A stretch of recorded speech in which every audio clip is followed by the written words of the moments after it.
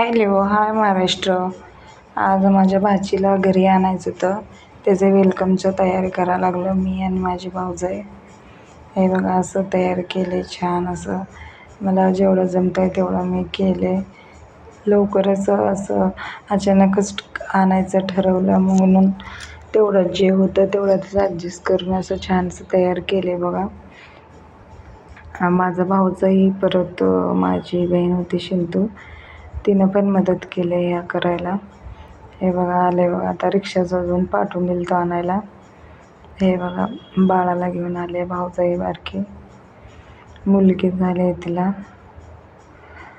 हे आता mummy papa सगळे होते वेलकम करायला. परत चुलती होते, लेकरं ती सगळे जमा झाले होते. मी आणि मम्मी त्यांच्या अंगावर फुले टाकायला लागलो. परत घरात बाळाला तांदूळ भरून ठेवले होते, मग ते उजव्या पायानं तांदळानं ओलाणार लावलं. त्यानंतर कुक्कोच्यामध्ये पाय बुडवून रुमालवर त्याचा ठसा उमसून घेतलं. बघा मी आरती करून ते स्वागत करायला लागले बाळाचं. माझं झालं, मम्मी आरती करून घेतली. असं छानसं असं एक बाळ घरी आल्यावर एक वेगळंच रौनक होता घरात. एकदम सगळीकडं खुशी दिसायला लागलं होतं. बाळाचा आवाजानं, रडण्याचं हसण्याचा आवाजानं एक वेगळंच आनंदमय होतं घरात. सगळे खुश आहेत आणि सगळे आले होते, आजूबाजूचे वगैरे सगळे लेकरं, चुलती वगैरे, चुलतींचं लेकरं, बहिणीचं लेकरं सगळे आले होते. काही मामा पाळणा घेऊन आले, बाळाचा मामा पाळणा आणलेला आहे, त्याला पाणी वगैरे दिलं. परत बाळासोबत त्याची मावशीसुद्धा आली होती सोडायला. त्यांचं गाव का लय लांब नाही, इथं आमच्या गावातलंच मुलगी आहे तिथल्या तिथं. 1-2-3 घर ओलांडलं की त्यांचं घरच आहे. तरी आम्ही त्यांना रिक्षा पाठवलं तो आणायला, बाळाला आणायला. असं बेडवर पण छानसं असं तयार केले होते, बेड पण सजवले होते बाळासाठी मी. बेडवर सगळे फुले वगैरे गुलाबाच्या पाकळांनी सजावट केले होते, फुले वगैरे. परत थोडंसं चमकीचं बी सजावट केलं होतं.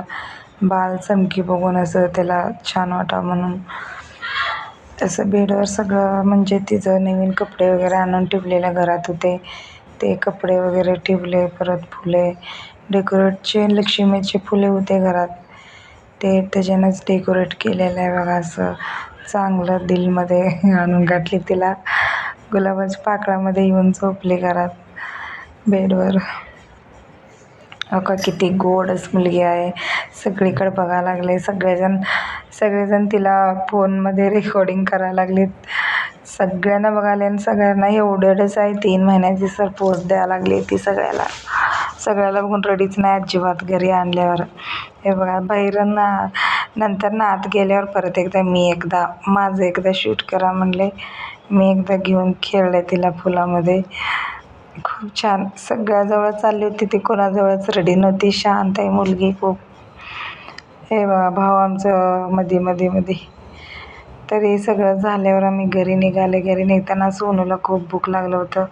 संध्याकाळ 10 वाजलं होतं. मग सोनू म्हणलं इथं हॉटेल आहे नवीन झाले, तिथं टेस्ट बघूया म्हणल्यावर परत सोनूनं बिर्याणी घेतला. आणि तुमच्या हॉटेलमधलं जे आहे ना त्याचं पण टेस्ट